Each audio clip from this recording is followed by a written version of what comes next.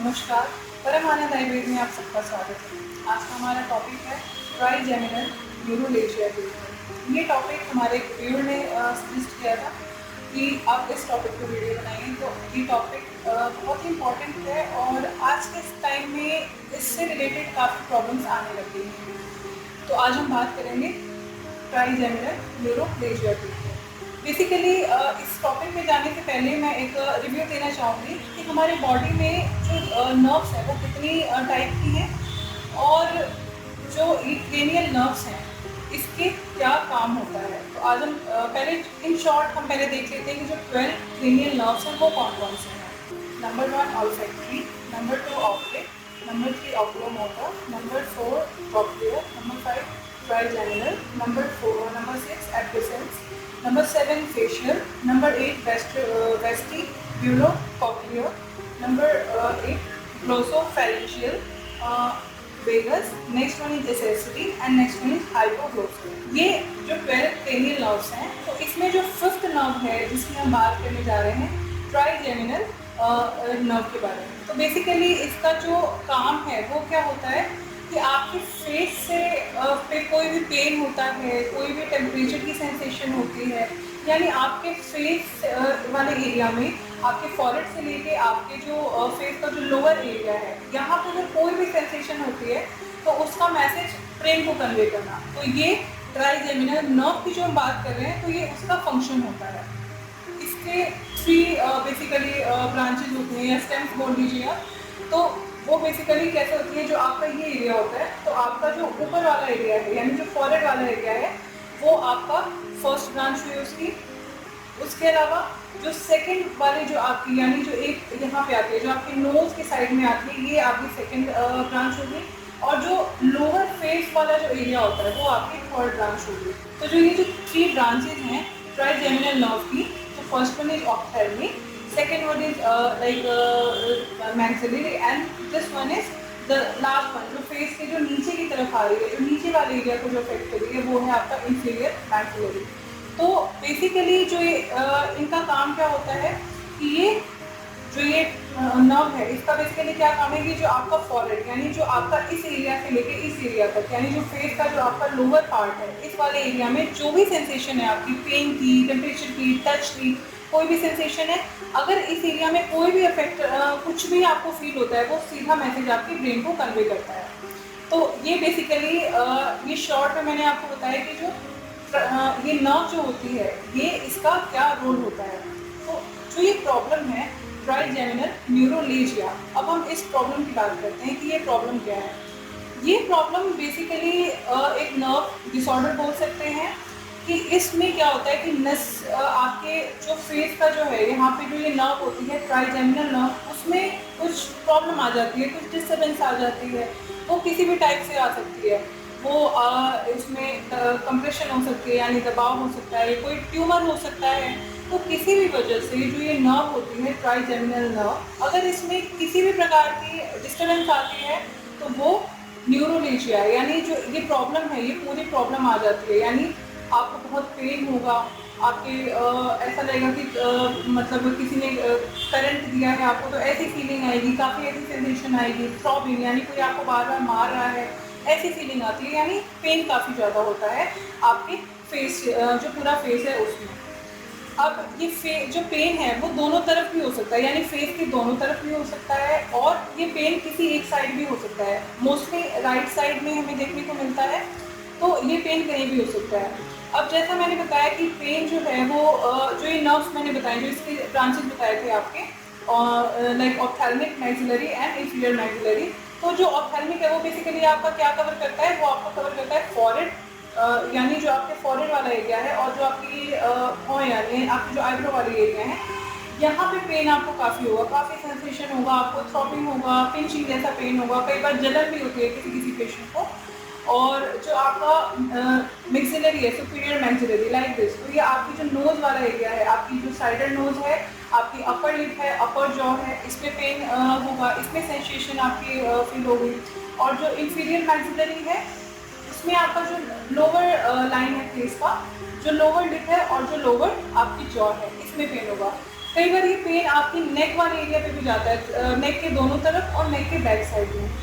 तो ये इसके सिम्पटम्स होते हैं, जो ये प्रॉब्लम है इसके सिम्पटम्स होते हैं। तो जिस पेशेंट को भी ये प्रॉब्लम होती है वो बहुत ही ईज़िली कोरिलेट कर पा रहे होंगे इस चीज़ से कि उनको ये सिम्पटम्स, और ये सिम्पटम्स ऐसा नहीं है कि मतलब अभी हो रहा है बहुत तेज़ तो थोड़ी देर बाद ही बहुत तेज़ होता है, नहीं ऐसा नहीं होता। कई बार ये कुछ सेकंड्स के लिए जो इसका पेन होता है वो काफ़ी ज़्यादा बढ़ जाता है, जो कि बर्दाश्त नहीं कर पाता पेशेंट कई बार।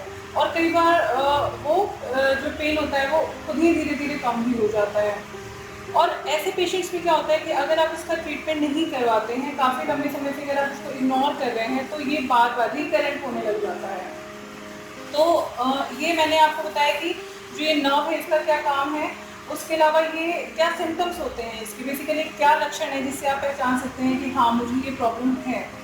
उसके अलावा कारणों की अगर हम बात करें तो कारण में जैसा मैंने शुरू में बताया था कि जो ये नर्व होती है ट्राइजेमिनल नर्व, इसमें कोई डिस्टर्बेंस आना है, यानी किसी भी रीज़न से, कभी एक्सीडेंट हुआ है, कभी कोई सर्जरी हुई है या फिर कॉस्मेटिक सर्जरी करवाई है आपने, या फिर कोई ट्यूमर है वहाँ पे, तो इन किसी भी कारणों से आपको ये प्रॉब्लम हो सकती है। जो ये नर्व है इस पे आपको दबाव महसूस हो सकता है, ब्लड सर्कुलेशन अगर थोड़ा मतलब इम्बैलेंस हो जाता है तो भी ये आपकी जो ये प्रॉब्लम है ये बढ़ जाती है। मॉडर्न मेडिकल साइंस के अकॉर्डिंग जो इसकी ट्रीटमेंट है बेसिकली वो आपको एनाल्जेसिक्स देते हैं या फिर सर्जरी एडवाइस करते हैं, और उसके अलावा जो उनकी मेडिसिन चलती हैं वो साथ में चलाते हैं। अब हम इसको थोड़ा सा आयुर्वेद के अनुसार देखते हैं कि आयुर्वेद के अनुसार इसको जो ये प्रॉब्लम है ट्राइजेमिनल न्यूरोलेजिया, इसको किस प्रकार उन्होंने एक्सप्लेन किया है और आयुर्वेद में इसका जो उपचार है वो किस प्रकार हम करते हैं। तो अगर हम इसकी बात करें, जो हम सबसे पहले सिम्टम्स की बात करते हैं कि जो ट्राइजेमिनल न्यूरोलेजिया इसके लक्षण क्या क्या हमने देखे थे। इसके लक्षण हमने देखे थे कि गर्दन के दोनों तरफ या फिर गर्दन के बैक में और आपके फेस, पूरा फेस यानी हर पार्ट में आपके कहीं ना कहीं थ्रॉबिंग हो रही है, पेन हो रहा है, चुभन हो रही है, तो ये इसके लक्षण हैं। आचार्य चरक जी ने और आचार्य सुश्रुत जी ने दोनों ने शिरो रोग में अनंतवाद एक वर्णन किया है शिरो रोग में। जैसे आचार्य जो चरक जी हैं उन्होंने 5 शिरो रोग का वर्णन किया है, और उसके अलावा सिद्धि स्थान में उन्होंने अलग से कुछ एडिशनल रोग बताए हैं, तो उसमें उन्होंने अनंतवाद का वर्णन किया है। आचार्य सुश्रुत जी ने उत्तर तंत्र में उन्होंने 26वें अध्याय में 11 शिरो रोगों का वर्णन किया है, जिसमें उन्होंने अनंतवाद का भी वर्णन किया है। तो आचार्य चरक जी ने जो लक्षण बताए हैं अनंतवाद के, और आचार्य सुश्रुत जी ने जो अनंतवाद के लक्षण बताए हैं, वो सारे जो ये प्रॉब्लम की जिसके बारे में हम बात कर रहे हैं वो उससे बिल्कुल ही मतलब मैच कर रहे हैं। तो हम आयुर्वेद के अकॉर्डिंग कह सकते हैं कि अनंतवाद के जो लक्षण हैं वो आपके ट्राइजेमिनल न्यूरोलेजिया से मिलते हैं। तो इसकी जो ट्रीटमेंट की अगर हम बात करें कि ट्रीटमेंट क्या होगा इसका, तो ये वात से संबंधित प्रॉब्लम है, तो जो इसकी प्रॉब्लम का जो निदान करेंगे वो बेसिकली हम वात संबंधित जो मेडिसिन होंगी उससे करेंगे। और पंचकर्म चिकित्सा यानी आयुर्वेद में 2 प्रकार की चिकित्सा बोली गई है, जैसे शोधन और शमन। तो अगर हम शमन की बात करें तो ऐसी मेडिसिन का हम इसमें आपको एडवाइस करेंगे जो कि बेसिकली वात जो अगर आपकी बॉडी में इम्बैलेंस हो गया जिस वजह से प्रॉब्लम हो रही है तो वो उसको बैलेंस में लाए। और द नेक्स्ट की शोधन का मतलब डिटॉक्सिफिकेशन कह सकते हैं हम यहाँ पे। तो इसमें आयुर्वेद में आचार्य चरक जी ने और आचार्य सुश्रुत जी ने दोनों ने इसमें जो चिकित्सा बताई है शिरो रोग की, उन्होंने सबसे पहले बताया है नस्यम के बारे में। तो नस्यम कैसे आपके शिरो रोग में हेल्प करता है, क्योंकि बेसिकली कहा गया है कि जो नाक है आपके जो हेड है उसका द्वार है नासाही शिश्नो द्वारा। तो इसमें क्या होता है कि आप अगर नाक से कोई भी औषधि डाल रहे हैं आपकी प्रॉब्लम के अकॉर्डिंग, तो वो आपके हेड में यानी शिरो रोग कोई सा भी हो आपको एंजाइटी है, डिप्रेशन है, या फिर हम जो इस प्रॉब्लम की बात कर रहे हैं अनंतवाद की, तो उसमें बहुत ही जल्दी रिजल्ट देखने को मिलता है। और नस्यम में क्या होता है कि आपके जो फेस है उसके पूरे फेस की एक तरीके से स्नेहन शोधन किया जाता है, तो उसमें यानी आयुर्वेदिक मसाज हम कह सकते हैं अभ्यंगम।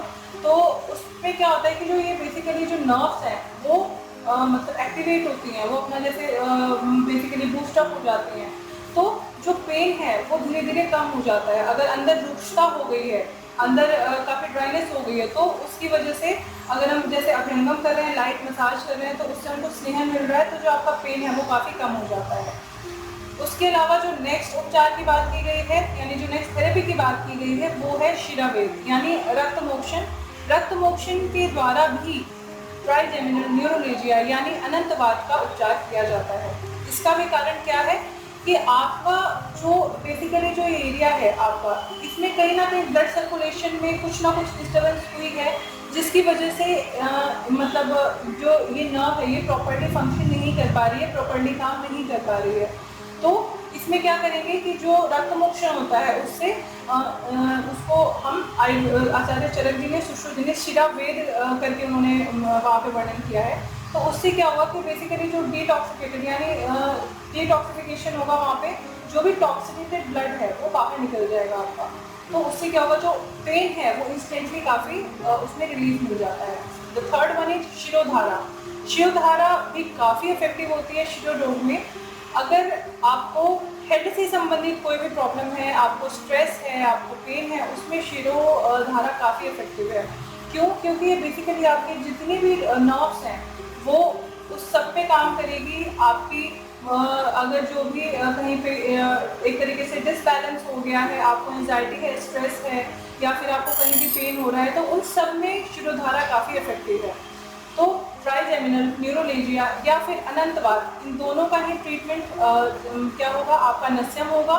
नेक्स्ट इज हम शिरोपिच्छू भी कर सकते हैं, और शिरावेद यानी रक्त मोक्षण, और जो लास्ट वन है शिरोधारा। तो ये 3-4 जो शोधन चिकित्सा हैं ये काफ़ी हेल्प करते हैं पेशेंट को। अगर अभी से ये प्रॉब्लम शुरू हुई है तो विद इन 1 मंथ उनको काफ़ी पॉजिटिव रिस्पॉन्स मिलता है, और अगर किसी को काफ़ी समय से ये प्रॉब्लम है तो उनको 2 to 3 मंथ्स में प्रॉपरली उनको खुद ही रिजल्ट देखने को मिल जाता है, और काफ़ी पॉजिटिव रिजल्ट उनको मिलता है। तो अगर आप में से किसी को भी अगर ये प्रॉब्लम है, या फिर इसके कोई भी लक्षण है, अगर आपको कई बार एक साइड पेन हो रहा है, आप कभी खाना खा रहे हैं, कभी बहुत देर बोल रहे हैं, या फिर जैसे आप कई बार स्ट्रॉ से कुछ पी रहे हैं तभी आपको एक साइड पेन महसूस हो रहा है, तो फिर आप उस टाइम जो ये पेन है या जो कंडीशन है इसे इग्नोर मत कीजिए। आप अपनी कंसर्न चिकित्सक से बात कीजिए, और उसके बाद इसकी थेरेपी जितनी जल्दी हो सके आप उतनी जल्दी स्टार्ट करवा सकते हैं, क्योंकि ये प्रॉब्लम फिर जितनी बढ़ती है तो इसके जो बेसिकली हम ये बोलें कि चांसेस जो होते हैं वो कम हो जाते हैं ठीक होने के। और दूसरा कि जो पेन होता है वो फिर बाय द टाइम बहुत और ज़्यादा बढ़ता चला जाता है। तो इसीलिए अगर आपको ये प्रॉब्लम अभी शुरू हुई है तो आप इसकी चिकित्सा हमसे करवा सकते हैं। तो ये जो वीडियो थी ये मैंने आपको बेसिकली आयुर्वेद के अनुसार और मॉडर्न मेडिकल साइंस के अकॉर्डिंग क्या व्यूज़ हैं, क्या थेरेपी हैं, और क्या इसका बेसिकली ट्रीटमेंट है वो मैंने आपको समझाया। आशा करती हूँ आपको वीडियो पूरी समझ आ गई होगी कि जो आयुर्वेद में जो इसका इलाज किया जाता है वो शोधन और शमन चिकित्सा दोनों से किया जाता है। दोनों ही काफ़ी इफेक्टिव हैं, और इसका कोई साइड इफेक्ट भी नहीं है, तो आप इजीली इसको करवा सकते हैं। आज की वीडियो में सिर्फ इतना ही। अगली बार फिर मिलती हूँ आयुर्वेद से जुड़े कुछ नए तथ्य लेकर। तब तक के लिए धन्यवाद।